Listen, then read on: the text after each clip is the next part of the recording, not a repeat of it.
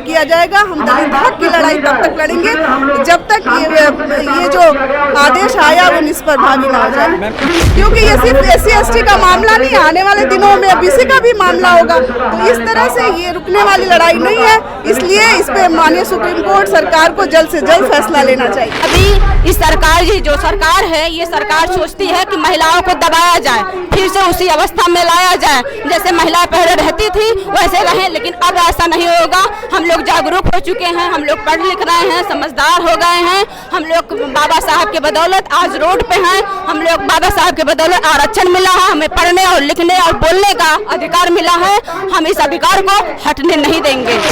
हर महिलाओं को इज्जत मान सम्मान नहीं मिल रहा है, ये निकम्मी सरकार है। इस सरकार को हम लोग एकदम तानाशाही हम लोग रोड पे खड़े हैं और एकदम हम लोग जान लुटा देंगे, लेकिन संविधान नहीं बदलने देंगे। क्योंकि सामाजिक जो पिछड़ापन है उसमें उससे आरक्षण मिला है, ना कि किसी के आर्थिक दशा पर आरक्षण मिला है, तो इसलिए ये कभी भी खत्म नहीं होना चाहिए। हम लोग एक हो गए हैं, SC/ST माइनॉरिटी के लोग, हम लोग एक हैं और हम यही नहीं संसद तक जाएंगे। अपना हमारा अधिकार है, हमारा आरक्षण के बदौलत महिलाएं सुरक्षित हैं। ये भारत बंद का आह्वान किया गया, अगर बातें नहीं मानी जाती हैं तो क्या अगला कदम क्या होना है? बिल्कुल हम अभी तो यह लड़ाई है, आगे आग लड़ाई है। महिलाएं ठानी है कि हमारे हक की लड़ाई जो है हम लोग लड़ेंगे। हाँ, जब तक हम लोग की मांगे पूरी नहीं होगी तब तक हम लोग लड़ेंगे।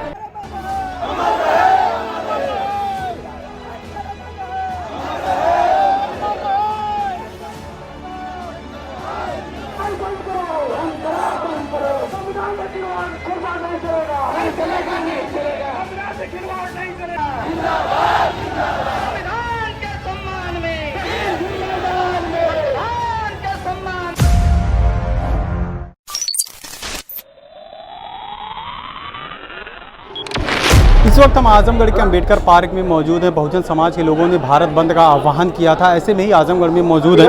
हमारे साथ बसपा से आजमगढ़ से चुनाव लड़ी, उनसे सीधा बात करते हैं। सभी अंसारी से इनसे जानने की कोशिश करते हैं कि भारत बंद किया गया है तो क्या मांगे। मैम, जो भारत बंद का ऐलान किया गया उसमें क्या मांगे रखी गई हैं? देखिए, अभी पिछले कुछ दिनों में माननीय सुप्रीम कोर्ट के आदेशानुसार 1 अगस्त सन 2024 को जो आदेश आया था SC/ST में सब क्लासिफिकेशन का, उप वर्गीकरण का, तो जो मामला था इसको देखते हुए हमारी नेता आदरणीय बहन जी के निर्देशानुसार उन्होंने दलित हक की लड़ाई के लिए जो भी 21 अगस्त को जो भी सामाजिक संगठन के द्वारा, दलित संगठनों के द्वारा जो भी भारत बंद का आह्वान किया गया था, उसमें बहन जी के नेतृत्व में हम पूरी तरह से संवैधानिक तौर पे शामिल है।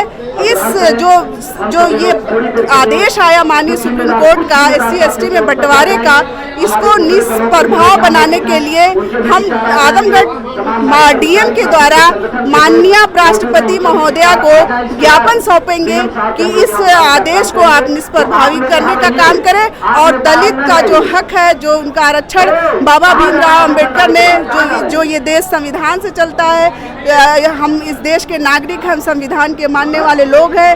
हमें संविधान पे बहुत घमंड है, क्योंकि संविधान इस देश के लिए सबसे सर्वोपरि और सब समान, चूँकि ये देश अलग अलग रंग वेशभूषा के लोग रहने वाले हैं, तमाम लोग यहाँ रहते हैं, सभी के हक इसमें निर्धारित है।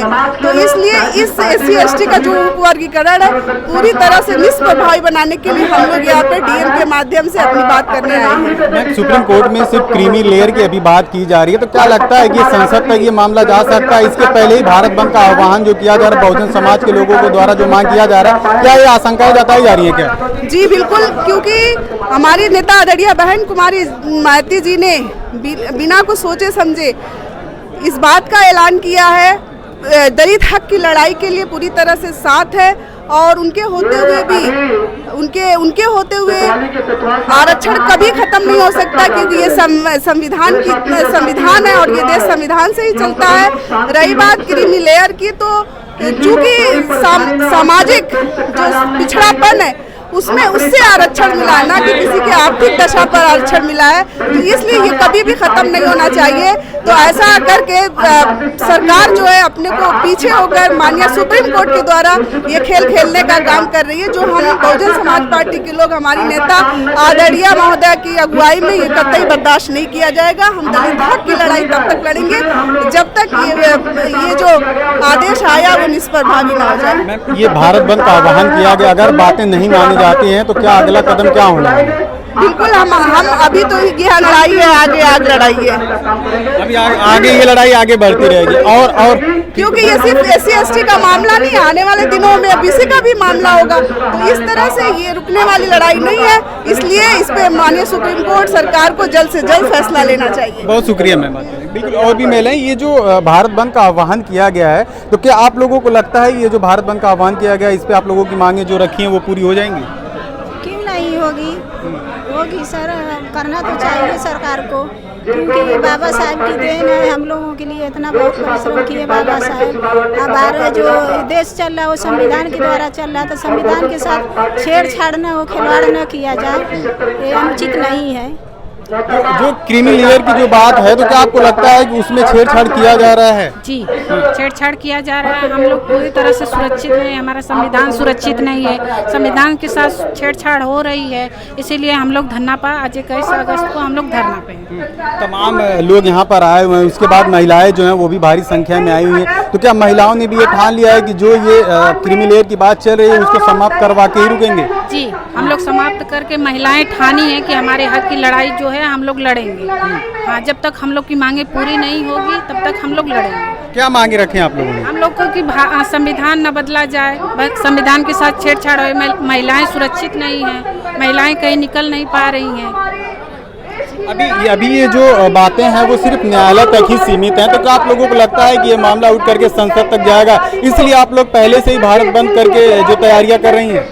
एकदम तैयारी करेंगे, हम लोग रोड पर उतरेंगे और हम लोग एक हो गए हैं। SC/ST माइनॉरिटी के लोग, हम लोग एक हैं और हम यही नहीं संसद तक जाएंगे। अपना हमारा अधिकार है, हमारा अक्षर के बदौलत महिलाएं सुरक्षित हैं, हम बहन जी की बदौलत सुरक्षित हैं। रोडों पे नंगा घुमाया जा रहा है, मणिपुर की घटना देख लीजिए, हर महिलाओं को इज्जत मान सम्मान नहीं मिल रहा है। ये निकम्मी सरकार है, इस सरकार को हम लोग एकदम तानाशाही, हम लोग रोड पे खड़े हैं और एकदम हम लोग जान तक लुटा देंगे, लेकिन संविधान नहीं बदलने देंगे। हम महिलाएं इसी वजह से सुरक्षित हैं, इसीलिए हम सुरक्षित हैं क्योंकि हमारे संविधान में बाबा साहब अधिकार दिए हैं, हमें हमारे हक अधिकार छीने रहे हैं, इसलिए हम लोग रोड पे उतरेंगे, धरना प्रदर्शन करेंगे, हम एक रहेंगे, हमेशा रहेंगे।